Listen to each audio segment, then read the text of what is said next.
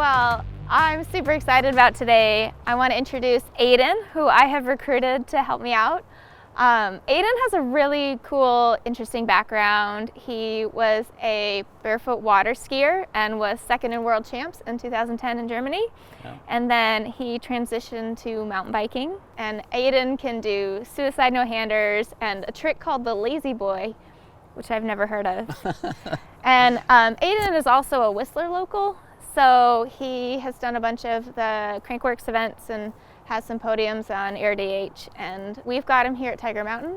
We are gonna do a brand new flow trail called Extraterrestrial, which he doesn't believe is a real trail. We're actually gonna go there.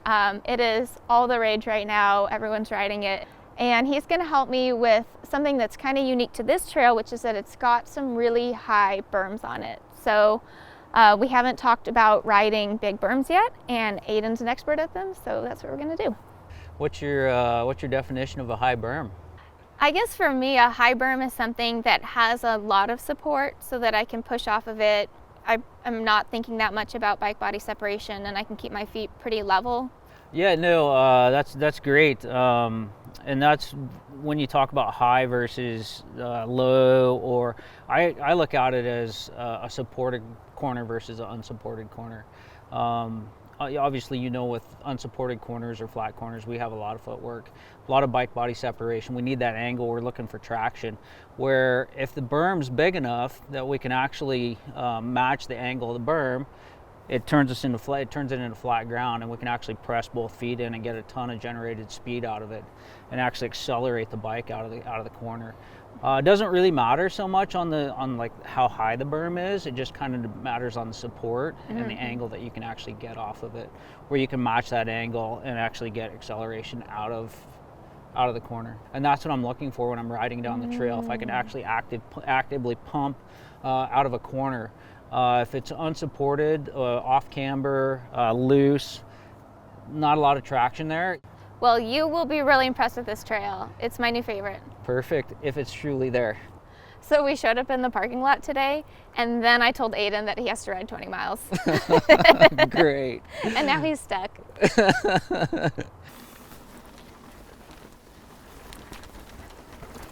Okay, so I promise we are almost there. This mystical trail. It's real. I'll believe you when I see it.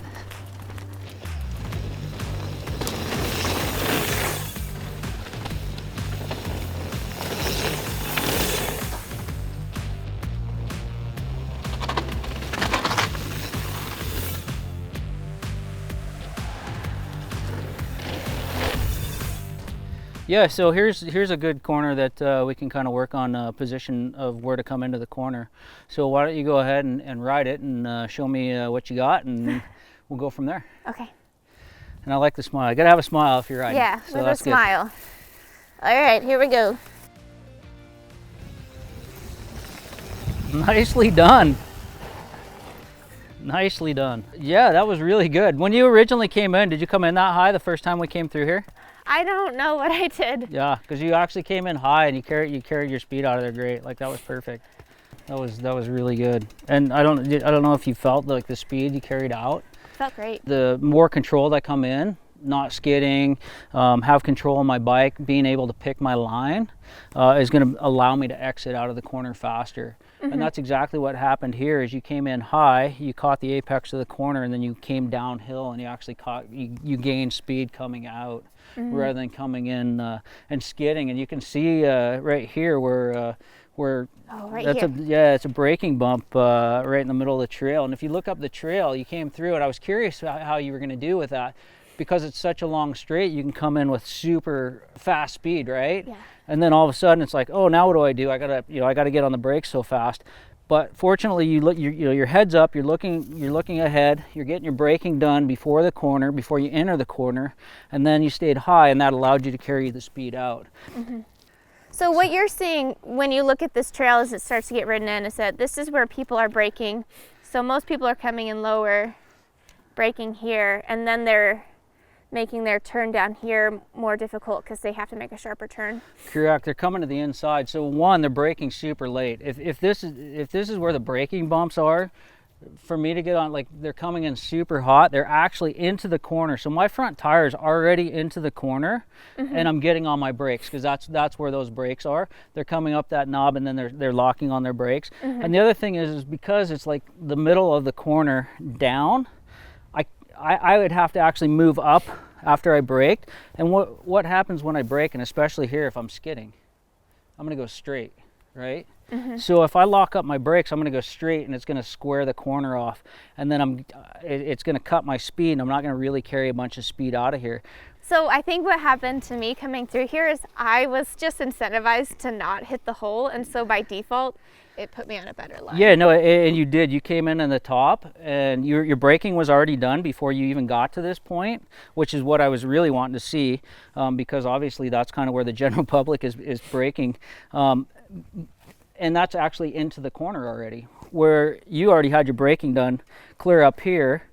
So that allows you, like if you came into this, it was the first time you've ever ridden it, or you came into it, you can actually pick your line because you're not on your brakes anymore. You can come in high and come down, or if, see, it's been a week of Crankworks or whatever up at Whistler, and I come in and the top of the berm's totally blown out. I still have control because I came in, I got my braking done, and then I can actually move down underneath the braking bumps or above them if I need to. There's quite a bit of support here. Do I need any bike body separation? Do I need any like footwork or outside foot dipping? This is an interesting corner for that fact, because it's, like I said, it starts out kind of shallow and then gets a little bit steeper. So at the top I might do a little bit of outside foot pressure. And then as I get to the apex, I'm actually going to let my feet level out. And it's just like, I look at this as like the face of a jump, where I want to take both my feet and I want to drive them straight down into the berm. The other thing I want to do is I'm coming in is let my knees, I want to make sure that I'm centered over the bike and my knees are over my feet, just like when we jump. Because that way when I come in and I press, you're going to accelerate out of this corner, right? And if I'm back on my heels, or if I'm back at all behind the bike because my feet aren't flat on the pedals, the bike's going to come out from underneath me. It's actually going to accelerate away from me. Where if I'm actually over my toes and I'm pressing down, straight down, just like I do a jump, then I'm with the bike, right? I continue with the bike, and I'm going to accelerate with the bike around the corner. Gotcha. Instead of being pulled off the back. Exactly. Gotcha. All right, you nailed this one, so let's go find another one.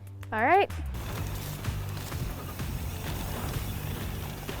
We just came down through this section, and I think it's a really good spot to do some teaching points. So I think it's a good spot to session for you. Okay. We've got really steep berm above us, and good supportive steep berm below us that kind of opens up into a straight, so you can carry a ton of speed out, and we'll see how you ride it. These berms are massive. Like, look at this. For being in the Pacific Northwest, like berm. in the middle of timber like this. Yeah, this is stuff that you find. And actually, this kind of, it's funny, Linnea, because this reminds me of Creekside, all the new Creekside stuff. Oh yeah, Creekside's insane. Like, look how much bigger than my bike it is. Cool. So do you want me to just ride it and we'll see how it goes? I want to see where your lines are and your body position through here. With this perfectly tacky mud, it's really easy to see where your lines are. Exactly.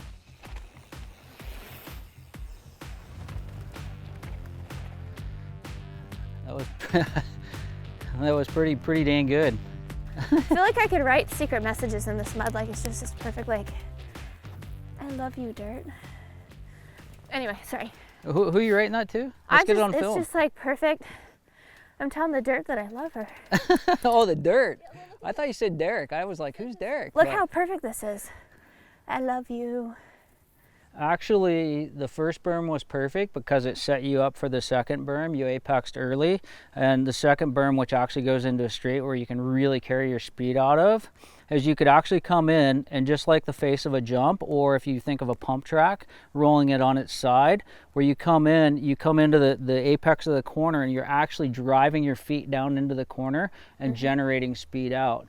One thing you got to watch with that though is a lot of people will come into corners and they'll be too far back, or they'll drop their heels and they're trying to push with their heels back. Well, what happens is we're coming through. One, it's got some elevation drop, so we're gaining speed there. Plus, you're gaining speed by pushing down through your feet. You're actually gaining a lot, and so the bike will actually squirt out from underneath you. It'll actually take off, and then you're in the back seat, and you have to get back on top of it. Where just like jumping, if you come in and your knees are over your toes, and you come in and you get into that apex, then you can drive your feet straight down and push, and then you stay on top of the bike, and the bike doesn't come out from underneath of you. Oh, okay. It's funny you say that because I feel like on this entire trail, I'm constantly fighting myself to stay forward enough because it's such a fast trail. Right, exactly. And I feel like I'm always getting pulled back, even though I'm really trying to drive my knees forward and trying to stay forward on the bike. And that's something to think about, like when you're cornering, is actually driving the knee over the foot and pushing straight down through the foot. Just like it's literally the same as jumping. Think of this as a jump face, or like we said in a pump track, where you're actually pushing through the roller and generating speed out. It's just taking that that roller, and rather than being vertical, it's horizontal. I don't know which way I'm going with that. Horizontal. Yeah. I don't know, I got to go back to geometry class, I think. But yeah, for here for sure, like you can really drive into that. And as long as, like I said, your knees are over your feet when you're doing that, then the bike's not going to come out from underneath of you, and you're going to be on top of it and ready for the next feature. Okay, that makes sense. So the line was okay, but I'm probably absorbing a little bit here, and instead I could be pushing through it. Right, exactly. Yeah, your line was perfect up there. You came in pretty high, but not too high, because it's basically what we're trying to do is set ourselves up for the next corner. So it's kind of fascinating, right? Because what we're seeing in this turn is exactly what we saw in that other turn. Pretty much, where yeah. those braking bumps are actually into the corner, where people came in hot and maybe just panicked a little. Exactly, and that's a perfect way, or perfect example of putting it that way. They came in panic. They came in with too much speed. And so if I come in with too much speed and I'm on my brakes there, one, I don't have control over like whatever line I'm on coming into that corner is the line that I'm on, because I'm skidding, right? So I really can't change that line. The other thing is I lose traction if I'm braking. So I want to have all that done before I even get to the corner. Then I can actually adjust my line if I need to. I can get higher, I can get lower. Like we talked about, if there's a braking bump in the middle of the berm, I can cut above or below that. Where if I come in too hot and I'm on my brakes, then I'm going, especially if I'm skidding, then I'm going straight into the corner and I got to round it, and I just lost all my speed. Okay, I want to try it again, try and get that same line, but actually push through here and have more speed for the straightaway. Exactly. After it. Okay. You can, in this corner right here, like with as tacky as the dirt is, you can push as hard as you want. Okay. Is it actually a straightaway? Oh yeah, for a moment. For a moment. For a very brief moment. Just don't double into the next corner. It's a brief straightaway until you have to turn really hard again. Yeah, exactly. So again, that's and if you look into the next corner, where's the braking bump? It's actually in the corner itself, like actually down into the corner. People are hitting that, and like, well, I kind of did it a little bit ago, right? Yeah. I doubled into the corner and didn't realize that it actually was a corner and dropped off like that. Kind of scared myself a little bit. Yeah, well, we're gonna have you cool your jets in a minute here. Woo! Yeah, you literally accelerated right into that. You were ripping. Well. Nice. Yeah, so you might have actually found the limit as hard as you can push on that, because like you said, you pushed so hard it redirected you. I'm kind of curious. I was up above you, so I didn't really see where you were looking. Where I think when you came through, your head was up, and if you were looking straight down the trail, you might have actually been looking too far through the corner and ended up pushing yourself up. That's a hard one from my vantage point. But you definitely, like, you're right, finding those limits as far as how much you can really push. Because just think actually though, if this wasn't here, how much speed you generated out of that. Right. Like, you actually really accelerated, and that's what pushed you clear up here. Well, you can see my line too. Fortunately, thanks to our hero mud, I pushed so hard there that it cut me completely inside the trail into the fern. Exactly. I dabbed on the inside there. You can see where I kicked the dirt. Yeah, your tire too. Your pedal and your tire will clear up almost in that soft I area. way over cornered that. One takeaway here is you kind of waited a little bit late. If you look, like that's when you really started pushing. We're actually up here. If you would have pushed here and then let it go, and you could have gone, you know, a little straighter there. I think the apex of this corner is more so up here. It kind of looks odd because there's a little bit of a hump in it, and that's actually gonna drive you down a little bit too. So yeah, I would, when you come through again, push the same amount, but push up higher. Make your apex up higher in the corner. Yeah, I was really thinking about the pressure through my feet. Which was amazing. You killed that. Like honestly, I mean, you literally moved from here to here. So you basically pressed and moved a foot down, like a cross. just from accelerating. Yeah. Well, okay, let me try this one again. Yeah. Yay!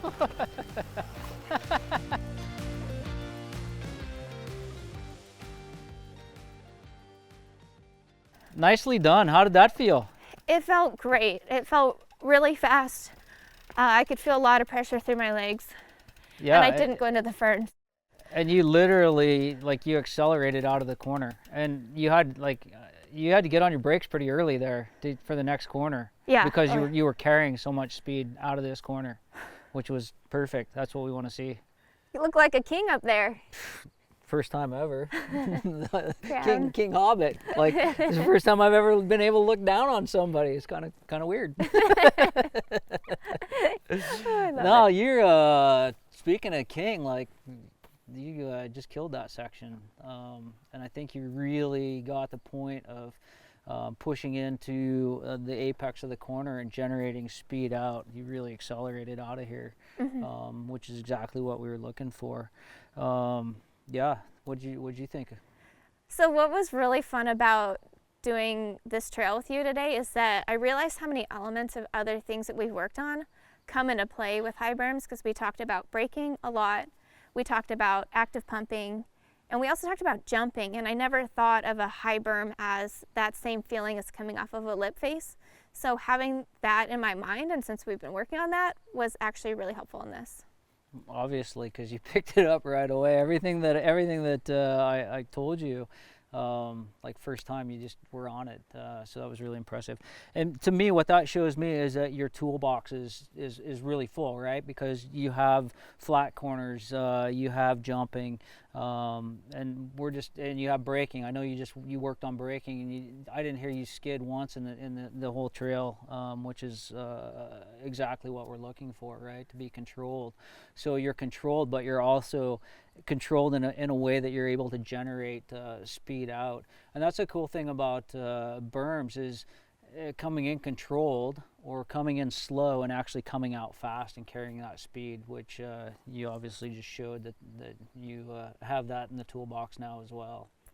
There might be a little skidding on the next lap, but Okay. I'll do my best. Well, we'll find out, because I'm going to follow you down the trail, and unfortunately I'm going to be behind you because I'm not going to be able to see the smile. And after riding this trail, if this trail doesn't put a smile on your face, there's something wrong. Just a stupid grin the entire way down. Yeah, exactly. It's so much fun. It is. I'm glad you brought me here. I thought that it was the mythical trail that you were feeding me a line of BS on. But yeah, now that I'm here, this is pretty special place, and yeah, thanks to the trail builder. I think you might know who the trail builder was. Yeah, well, this is Evergreen. We've got Jay Gore and Brian Connolly, and just a huge host of folks that made this trail happen. So we want to give you a special thank you for making this absolute gem on the backside of Tiger Mountain. And then you got the setting here. I mean, these trees, like, it's just gorgeous back here. So yeah, thanks a lot to Evergreen and all the people who put the work in to this trail, because you did a fantastic job. We're so spoiled here. Yeah, pretty dang good. Yeah, well, let's do it some justice and give it a rip. Sounds good. All right.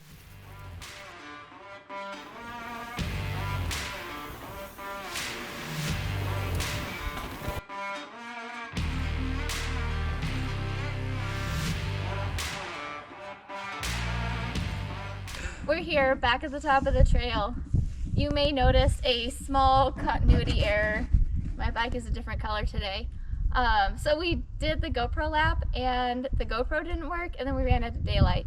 So we came another day and we're gonna get you that GoPro footage. And then the fun thing is we have a little cameo surprise for you today. And Jason is here with us, and he's gonna video Aiden videoing me, so you can see all the angles and you can see Aiden's cool style.